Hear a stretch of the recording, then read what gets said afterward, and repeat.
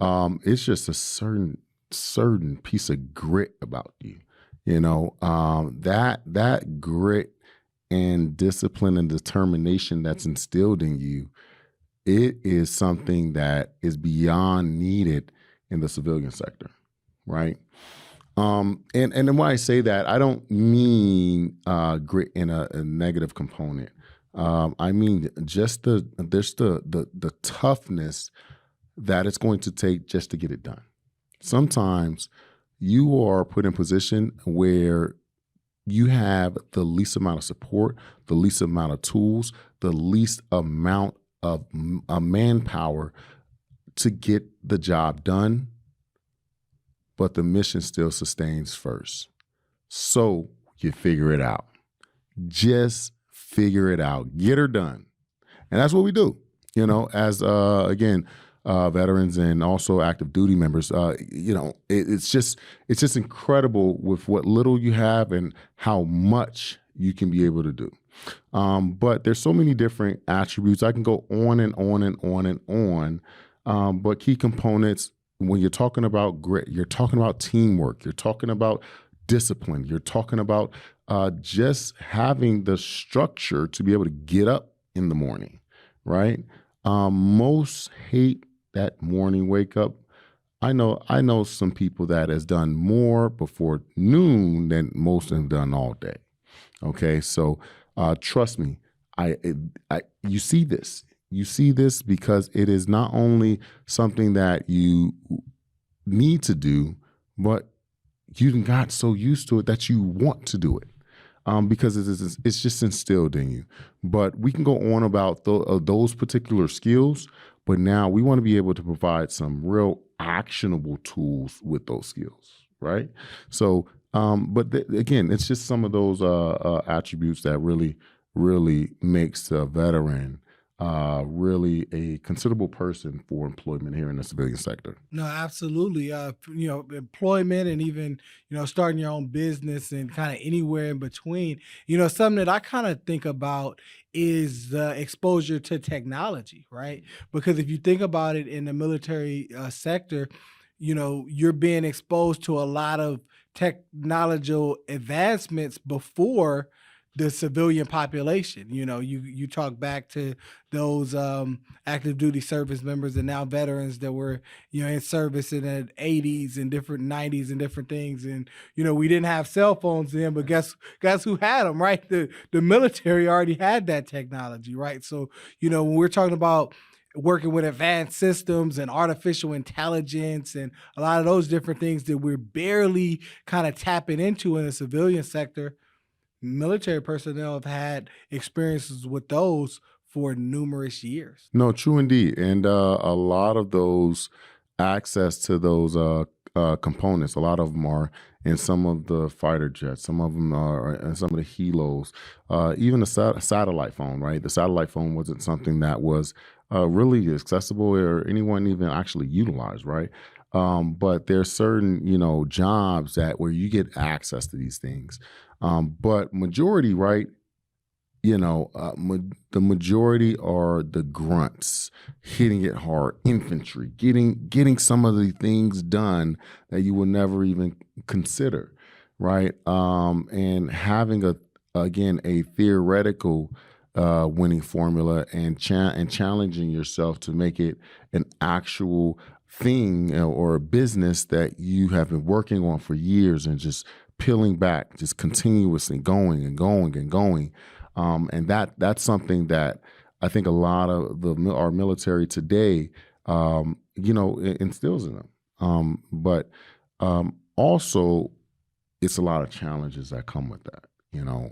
Again, we're going to kind of transition into some of those challenges, but having those key components to be able to put into business on a day-to-day basis, because there's going to be days where you are motivating you.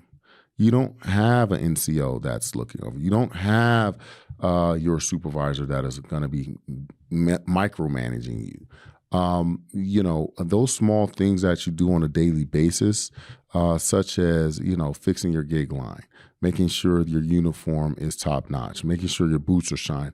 Those small things are literally what's missing in a lot of the business world, right? Having customer success is doing the small things right at a high level every single time. If you do the small things right, the big things are going to come. That's why most veterans can transition into that world very easily. Makes a lot of sense, right? Military service is really teaching you how to do the work and, get up and do that work even when you don't feel like it. And in entrepreneurship, there are going to be days where you do not feel like it. So you are getting conditioned for that better than anybody else on the planet, right? Because our military has the best set of training programs. But now, when we're talking about overcoming those challenges, right? And we're looking at transitioning into business ownership, and a lot of times, our veterans take years to do so, and definitely go at your own pace with that. Definitely not recommending you to rush into anything, but just want to let you know you are qualified and you can do it, whether you need to still work that 9 to 5 and work on your business from 6 to 10, right? After hours, you can definitely have those options to do that, to have that stepping stone. But what I want to talk to you about and ask you, Kenneth, as a veteran and as a successful business owner, what were some of the biggest challenges you face when starting your journey into veteran entrepreneurship? Great question. You know, there are so many challenges that you deal with on a daily basis, right? However, one challenge that no one ever really talks about, you are one of many in the military. However, you are one of few in your comrades, your division, your group, your people, okay, your company, your brigade, whatever you want to call it. That is your team, your unit. There is always going to be someone that's going to be, again, that's going to be fighting for you. That's going to be someone you're going to have one of your good friends in that division. You're going to have your leadership that is leading that division, and you're also going to have the overseers of that division. So there's always a hierarchy in a hierarchy, right? But it is a family and a unit, okay? Because we see these people more than you see your own family every single day, But translating that to entrepreneurship and business, no one ever talks about how lonely it is. It is a lonely journey, okay?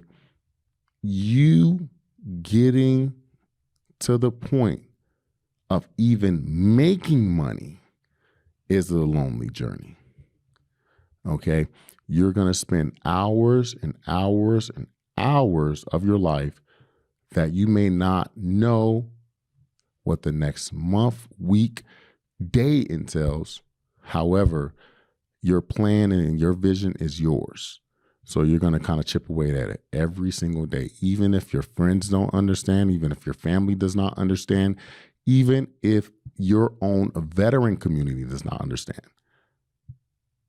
It is lonely, and you're going to need confidence to push you through on a regular basis, because there's going to be times that you're going to want to stop because of how lonely it is, and also because how vast the unknown is.